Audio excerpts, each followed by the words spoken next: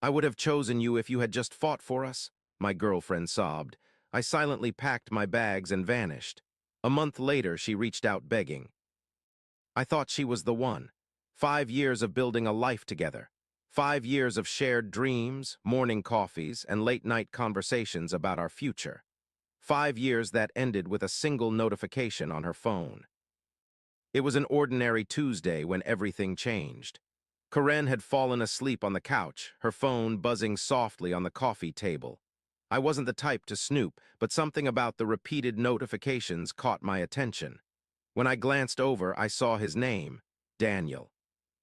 My stomach dropped. The air in our apartment suddenly felt too thin. I knew who Daniel was, a coworker. Someone she'd mentioned casually, too casually perhaps. I picked up the phone, my fingers trembling slightly. The message preview showed enough. Last night was amazing. Can't wait to see you again. My world collapsed in slow motion. The room spun. My chest tightened until I couldn't breathe. I put the phone down exactly as I'd found it and walked to the bathroom. Splashed cold water on my face. Looking at my reflection, the face of a man who just discovered he was a fool. At that moment, I made a decision. I wouldn't confront her. Not yet. Instead, I would plan my exit meticulously, leaving on my terms, not hers. For 3 months, I lived a double life. On the surface, everything was normal. I smiled at the right times, said I love you when expected, discussed future plans we would never share. But inside, I was detaching, withdrawing my emotional investment piece by piece. I documented her lies about working late, saved screenshots of suspicious texts when I could, prepared financially for separation. Our lease was set to expire in April. I marked the date on my mental calendar and counted down the days. Karen noticed changes in me, small ones. "You seem distant lately," she said one night over dinner. I shrugged, just stressed about work. She seemed to accept this, never once considering that I knew. Her confidence in her deception was almost impressive. As weeks passed, I became more deliberate in my subtle signals. When she mentioned Daniel in casual conversation, I'd pause a beat too long before responding. When she lied about working late, I'd stare at her just a second longer than comfortable. I could see confusion flicker across her face, doubt creeping in around the edges of her certainty. One night she left her laptop open while showering. I casually walked by and closed an email she'd left visible, one from him. Later, she frantically searched her sent folder, her face pale. "Looking for something?" I asked innocently. Her eyes darted to mine, then away. "Just checking work stuff." I noticed her password protecting her devices after that, checking to see if I was watching when she texted. She began mentioning Daniel less, as if his name might trigger something. When I declined an invitation to her office holiday party, panic flashed across her face. "But you always come. Everyone's expecting you." Everyone, or just one person she didn't want me to see. "I think you'll have more fun without me hovering," I said, watching her calculate the implications. She began trying harder in our relationship, cooking my favorite meals, initiating intimacy more often, planning weekend trips, the desperate moves of someone who suspects they're losing their grip. I accepted her efforts with a pleasant detachment that clearly unnerved her. The day finally came when she had an overnight conference in Chicago. I knew from checking her location discreetly that she hadn't left town. She was with him. This was my moment. I had arranged time off work, lined up friends with trucks and moving supplies. By noon, everything that was mine had been carefully removed from our shared apartment. I left a single note on the kitchen counter. "Goodbye, have fun with Daniel." Short, simple, devastating. Then I blocked her number, her email, all social media, complete digital amputation. I moved into a prearranged apartment across town and waited for the fallout. It came in waves, first through mutual friends. Karen's freaking out. She came home and everything was gone. Then through her family. Her sister called from an unknown number demanding explanations. I said nothing to anyone except, "Ask her about Daniel." 2 weeks passed. I heard through our landlord that Karen couldn't afford the rent alone. She was facing eviction. Her perfect life was unraveling, one thread at a time. A month later, she somehow got a new number to reach me. Her voice cracked as she spoke. "I have nowhere to go," she sobbed. Please, can we talk? I made a mistake. I miss you. I laughed. The sound surprised even me, cold and unfamiliar. Go live with Daniel, I said and hung up. She called back immediately. I answered, curious what desperation sounded like. How did you know? She demanded, her voice shifting from tears to anger. How long have you known about him? Long enough, I replied calmly. Long enough to watch you lie to my face night after night. Long enough to see you check your phone when you thought I wasn't looking. Long enough to plan my exit perfectly. You could have said something, she shouted. You could have confronted me, give me a chance to explain. Explain what, Karen, how special he is, how did it just happen, how it didn't mean anything. My voice remained steady, detached. I wasn't interested in your explanations. So you just watched me, planned all this behind my back. Her voice cracked with disbelief. Who does that? Who just pretends everything is normal while plotting to leave? Someone who values their dignity, I replied. Someone who refuses to beg a cheater to choose them. I would have chosen you, she cried, if you had just fought for us. That's the difference between us, I cut in. I don't fight for people who betray me, I walk away. You're cruel, she whispered. I never thought you could be so cold. And I never thought you could be so deceptive. Guess we both misjudged each other. A moment of silence stretched between us. I'm being evicted, she finally said. My parents won't take me in, I have nowhere to go. That sounds like a consequence of your actions, I said. Not my problem. After 5 years, that's all you have to say. Her voice had gone small. Don't you even care what happens to me? I considered the question. I cared about the person I thought you were. That person deserved my concern. The real you, the one who could lie so effortlessly, that person is a stranger to me. I blocked the new number and continued rebuilding my life. Each day got easier. I focused on myself, my career, my healing. Started traveling to places we'd talked about visiting together. Posted pictures of my new life on social media where mutual friends would see. Not for her benefit, I knew she'd created fake accounts to check up on me, but for mine. Each smile in those photos became more genuine. 6 months later, I ran into one of Karen's friends at a coffee shop. She hesitated before approaching me. You should know, she said. Daniel was married. His wife found out about Karen. It wasn't pretty. My coffee suddenly tasted sweeter. Karen lost her job, she continued. She's moving back in with her parents next week. I nodded, feeling nothing but a distant satisfaction. The universe had its own way of balancing accounts. Do you ever miss her? She asked. I considered the question honestly. I miss who I thought she was, I replied. That person never existed. As I walked out into the bright afternoon sun, I realized something important. The best revenge wasn't planning my exit or watching her life crumble. It was the simple act of moving forward, of finding happiness she couldn't touch. She had taken 5 years of my life. I wouldn't give her another minute of my thoughts. Sometimes, when trust is shattered beyond repair, the only closure is knowing you had the last laugh. Not from cruelty or spite, but from the quiet dignity of refusing to be anyone's second choice. I was nobody's backup plan, and that realization felt like freedom. A year passed, then another. My life expanded in ways I couldn't have imagined when I was with Karen. New job, new friends, new perspective. I dated casually, never rushing toward commitment. The experience had taught me to value my independence, to recognize red flags I'd once ignored. Then I met Mia, unexpected and refreshing like a cool breeze on a stifling day. She worked at the bookstore near my apartment. Our conversations about obscure novels turned into coffee dates, then dinners, then more. With Mia, I found myself wanting to trust again, though the process was slow. She understood without me explaining too much, had her own scars from past relationships. We moved forward carefully with open eyes. I remember the first time I stayed over at her place. Waking up at 3 a.m., that momentary panic, checking her phone while she slept. My hands shaking with the muscle memory of betrayal. Nothing, just her wallpaper, a photo of us hiking last month. I put the phone down, disgusted with myself, promising never to do that again. Trust had to be rebuilt from the ground up, starting with me. The healing wasn't linear. Some days the past felt distant, irrelevant. Other days something would trigger the memory, a text notification, a specific perfume, the mention of Chicago, and I'd be right back in that moment of discovery. Heart racing, palms sweating. Mia noticed. "You're somewhere else right now," she'd say gently, not accusing, just observing. I learned to be honest about these moments. "Old ghosts," I'd explain, and she'd nod, giving me space to return to the present at my own pace. 3 years after I walked out of that apartment, I received a letter forwarded from my old address. Corinne's handwriting.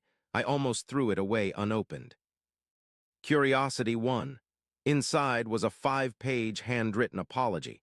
She detailed how her choices had destroyed everything good in her life, how therapy had helped her understand her self-destructive patterns, how she didn't expect forgiveness but needed to acknowledge the pain she'd caused. The final line read, "I hope you found happiness. You deserve better than what I gave you." I folded the letter and put it away in a drawer. Not because it meant anything romantic, that door was permanently closed, but because it represented something I hadn't expected, actual closure. That night, as Mia and I cooked dinner in our shared kitchen, I told her about the letter. "Are you okay?" she asked, her eyes concerned. I pulled her close, inhaling the scent of her shampoo. "Better than okay," I said. "I'm exactly where I'm supposed to be." In the end, that's the real last laugh, finding joy despite those who tried to take it from you. Life goes on, better than before. That's the sweetest victory of all. There's a strange feeling that comes with being cheated on. It's not just the betrayal, but the retroactive questioning of everything you thought was real. Every late night at work, every business trip, every time her phone was face down on the table. Were these all moments of deception I'd missed? I found myself rewriting our history. 5 years together suddenly seemed like 5 years of potential lies. Had there been others before Daniel? Had our entire relationship been built on shifting sand? These questions haunted me during those first months alone. I'd catch myself lying awake at 2 a.m., replaying conversations for clues I might have missed, analyzing birthday cards and anniversary notes for insincerity I'd been too blind to see. It was an exhausting way to live, like being both detective and victim in my own personal crime drama. The turning point came during a hiking trip 6 months after the breakup. I'd driven 3 hours to reach a trail Corinne had always refused to try. "Too difficult," she'd said. Something about conquering it alone felt important. At the summit, sweating and breathless, I looked out over the sprawling valley below. My phone had no service. No one knew exactly where I was. I felt completely, wonderfully alone. In that moment of solitude, I realized I'd been carrying her betrayal like a stone in my pocket, reaching for it, turning it over, letting it weigh me down. I couldn't control what she'd done, but I could control whether I let it define my future. I shouted into the empty air. The echo bounced back, my voice but not my pain. That night I deleted all the screenshots I'd saved of her lies, erased the false location data I'd collected, removed the final digital tendrils of our connection. It wasn't forgiveness, not exactly, more like amputation to prevent further infection. I started therapy shortly after, not because I was broken, but because I wanted to understand the patterns that had led me here. Why I had ignored red flags, why I had chosen someone who could hurt me so deeply. "You need to forgive yourself," my therapist said during one session, "for not seeing it sooner, for loving someone who didn't deserve your trust." Those words hit harder than expected. I'd been so focused on Corinne's betrayal that I hadn't recognized my own self-blame festering beneath the surface. Healing came in unexpected ways after that, through new friendships with people who had no connection to my past life, through rediscovering old hobbies I'd abandoned during the relationship, through the simple pleasure of making decisions without considering anyone else's preferences. When I started dating again, casual coffees that sometimes led to second dates, I approached relationships differently.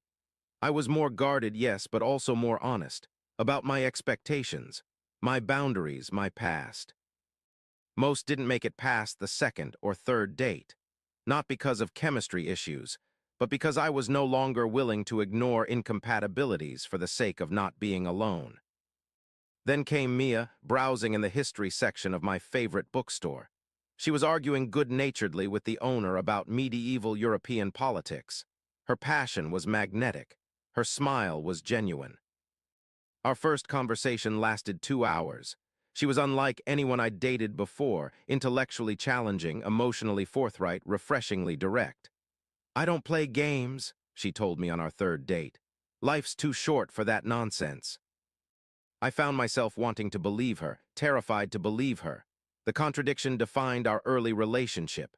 We took things slowly, not just physically but emotionally, building friendship alongside attraction, learning each other's patterns and triggers. I told her about Karen 6 months in, not the whole story, just enough to explain my occasional moments of irrational panic. "Thank you for telling me," she said simply. No judgment, no pity, just acceptance. Mia had her own past. A 7-year relationship ended by her partner's alcoholism and refusal to seek help. She understood the damage that broken trust could do, the vulnerability it took to try again. We moved in together after a year and a half. The decision terrified me, sharing space again, becoming interdependent, risking another devastating exit. "We can sign a short lease," Mia suggested, sensing my hesitation. "6 months, see how it goes." Her practical approach to my fears made them manageable, made me love her more. The day we got Karen's letter was ordinary in every other way. Mail sorting, bill paying, the mundane administration of adult life. Her handwriting on the envelope sent a jolt through me, a ghost reaching through time. Reading her words was surreal. The person who wrote this careful apology seemed entirely different from the woman who had lied to my face for months. People change, I supposed. Or perhaps they just reveal different facets of themselves depending on the circumstances. Karen wrote that she'd lost everything. Daniel had returned to his wife. Her friends had distanced themselves after learning the truth. Her professional reputation had suffered from the workplace scandal. She didn't ask for reconciliation, didn't suggest contact, just offered acknowledgement of the pain she'd caused and her genuine regret. Was it selfish of her, this confession? Perhaps. But it gave me something I hadn't realized I needed, confirmation that I hadn't imagined or exaggerated the betrayal, that my pain was justified, that my response, though calculated, was understandable. That night lying beside Mia, I felt the last of Karen's power over me dissolve. "I think I'm finally free," I whispered into the darkness. Mia's hand found mine under the covers. She squeezed gently, saying nothing, understanding that some moments don't need words. 6 months later, I proposed.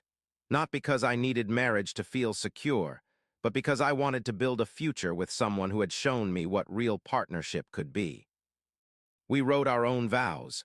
Mine included a promise never to take her trust for granted. Hers included a commitment to honesty, even when the truth was difficult. Did Karen's betrayal still influence me? Of course. We are all shaped by our past injuries, but it no longer controlled me, no longer defined my capacity for trust or happiness. Sometimes the deepest wounds lead to the most profound growth. Sometimes the hardest lessons teach us exactly what we need to know. And sometimes, when one door closes brutally, another opens to a view more beautiful than we could have imagined. I got the last laugh not by wishing Karen ill, but by finding something real and lasting because of what she did, not despite it. To anyone who has felt the sting of betrayal, your story doesn't end there. The laughter that follows pain is sweeter for having known its opposite. The lesson I took from all of this wasn't about revenge or justice. It was simpler and more profound. Self-respect is non-negotiable. When someone shows you they don't value your trust, believe them the first time. Don't waste precious years hoping they'll become the person you thought they were. I learned that leaving can require more courage than staying. That closure often comes from within, not from others. That the need for explanation is sometimes just the heart's way of buying time before accepting an uncomfortable truth. Most importantly, I discovered that betrayal doesn't define you, your response to it does. You can let it harden you into someone bitter and suspicious, or you can use it as a chisel to carve away what doesn't serve you, revealing a stronger, wiser version of yourself. The real last laugh isn't about watching someone who hurt you suffer. It's about reaching a place where their actions no longer have the power to define your happiness, where you can look back and feel nothing but gratitude for the lessons that brought you where you are. That's not just moving on, that's transcendence.